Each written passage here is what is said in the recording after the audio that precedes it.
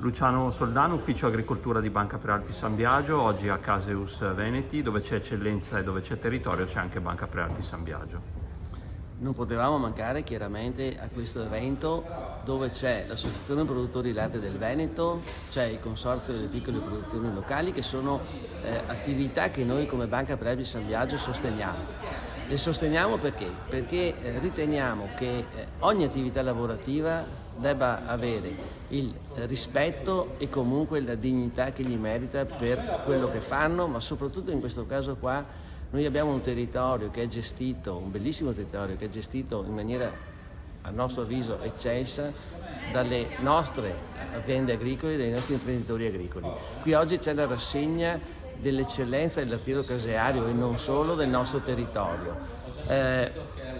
Come cittadini dovremmo riconoscere questo, acquistare i nostri prodotti locali, perché acquistando i nostri prodotti, dando valore ai nostri prodotti, diamo quel valore, quel rispetto e quella dignità che è giusto che anche i nostri imprenditori agricoli abbiano.